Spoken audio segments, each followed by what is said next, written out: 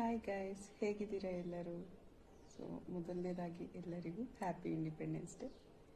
So independence day ಅಂತಂದರೆ ನನಗೆ ತುಂಬಾ ಮೆಮೊರೀಸ್ ಇದೆ. So childhood memories.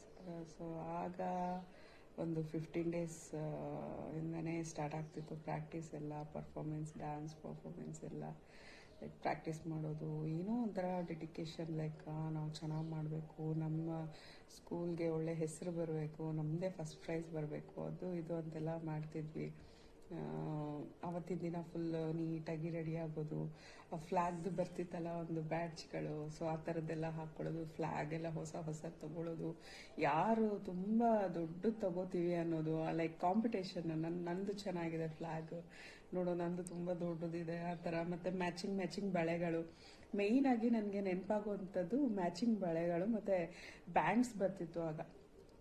ತುಂಬ ಚೆನ್ನಾಗಿರ್ತಿತ್ತು ಆ ಬ್ಯಾಂಡ್ಸ್. ಆ ಥರದ ಬ್ಯಾಂಡ್ಸ್ ಇವಾಗ ಸಿಗ್ತಾನೆ ಇಲ್ಲ ಎಲ್ಲೂ. ಸೊ ಆ ಥರದ ಬ್ಯಾಂಡ್ಸ್ಗಳು ಹಾಕ್ಕೊಳ್ಳೋದು, ರಿಬ್ಬನ್ಗಳು ಹಾಕ್ಕೊಳ್ಳೋದು. ಆವಾಗ ನನಗೆ ತುಂಬ ಉದ್ದ ಹೇರ್ ಇತ್ತು, ಓಕೆನಾ, ತುಂಬ ಲಾಂಗ್ ಹೇರ್ ಇತ್ತು. ಸೊ ಮಮ್ಮಿ ನನಗೆ ಬೆಳಗ್ಗೆ ತಲೆ ಸ್ನಾನ ಮಾಡಿಸಿ ಜಡೆ ಹಾಕೋದೇ ಒಂದು ದೊಡ್ಡ ಟಾಸ್ಕು. ಸೊ ಆ ಥರದ್ರಲ್ಲೂ ನಾನು ಅದನ್ನು ಕಲರ್ಫುಲ್ಲಾಗೆಲ್ಲ ಮಾಡಿಕೊಂಡು ರೆಡಿಯಾಗಿ ಹೋಗ್ತಿದ್ದೆ. ಸೊ ಡ್ರೆಸ್ಸಿಂಗ್ ಆಗಿರ್ಬೋದು, ಸೊ ಎಲ್ಲ ಮ್ಯಾಚಿಂಗ್ ಹಾಕ್ಕೊಂಡು ಹೋಗಿ ಅಲ್ಲಿ ಫೀಲ್ಡಲ್ಲಿ ಪರ್ಫಾರ್ಮ್ ಮಾಡುವಾಗ ನಮ್ಮ ಪೇರೆಂಟ್ಸ್ ಬಂದು ನಮ್ಮನ್ನು ನೋಟಿಸ್ ಮಾಡುವಾಗ ನಮ್ಗೆ ಇನ್ನೂ ಜೋಶ್. ಲೈಕ್ ಅವರು ನಮ್ಮನ್ನ ನೋಡಿರ್ತಾರೆ ಆಲ್ರೆಡಿ, ಅಲ್ಲಿ ನಾವು ಡಾನ್ಸ್ ಮಾಡ್ತಿದ್ದೀವಿ ಅಂತ. ಬಟ್ ಆದರೂ ನಾವು ಕೈ ನಾನು ಇಲ್ಲಿದ್ದೀನಿ ನೋಡಿ ಅಂತಂದ್ಬಿಟ್ಟು.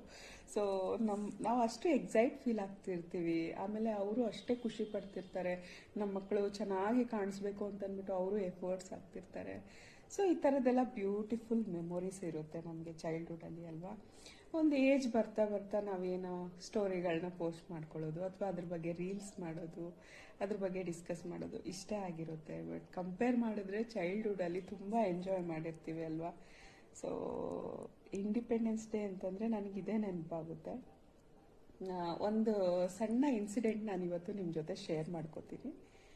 ಸೊ ಐ ಥಿಂಕ್ ಏಯ್ತ್ ಇರ್ಬೋದು. ಸೊ ಎಲ್ಲ ನಾನೇ ಮುಂದೆ ನಿಂತ್ಕೋಬೇಕು. ಸೊ ಎಲ್ಲ ರೆಡಿ ಆಗಿದೆ, ನಾಳೆ ಇಂಡಿಪೆಂಡೆನ್ಸ್ ಡೇ. ಸೊ ಎಲ್ಲ ಪ್ರಾಕ್ಟೀಸ್ ಮಾಡಿ ಆಯಿತು, ಮನೆಗೆ ಹೋದ್ವಿ. ಮಮ್ಮಿ ಏನು ಮಾಡಿದ್ದಾರೆ, ಬಟ್ಟೆ ಎಲ್ಲ ವಾಶ್ ಮಾಡಿಬಿಟ್ಟು ಅದನ್ನು ಐರನ್ ಕೊಟ್ಟಿದ್ದಾರೆ, ಓಕೆನಾ. ಐರನ್ ಕೊಟ್ಟಾಗ ಏನಾಯಿತು, ಅವರು ಮಾಡಿ ಆವಾಗಲೇ ಕೊಡ್ತೀನಿ ಅಂತ ಹೇಳಿದವರು ಸಡನ್ ಆಗಿ ಏನೋ ಅವ್ರಿಗೆ ಬೇರೆ ಕೆಲಸ ಬಂದು ಐರನ್ ಮಾಡಿಬಿಟ್ಟು ಒಳಗಡೆ ಶಾಪಲ್ಲಿ ಇಟ್ಬಿಟ್ಟು ಲಾಕ್ ಮಾಡ್ಕೊಂಡು ಹೊಟ್ಟೋಗ್ಬಿಟ್ಟಿದ್ದಾರೆ.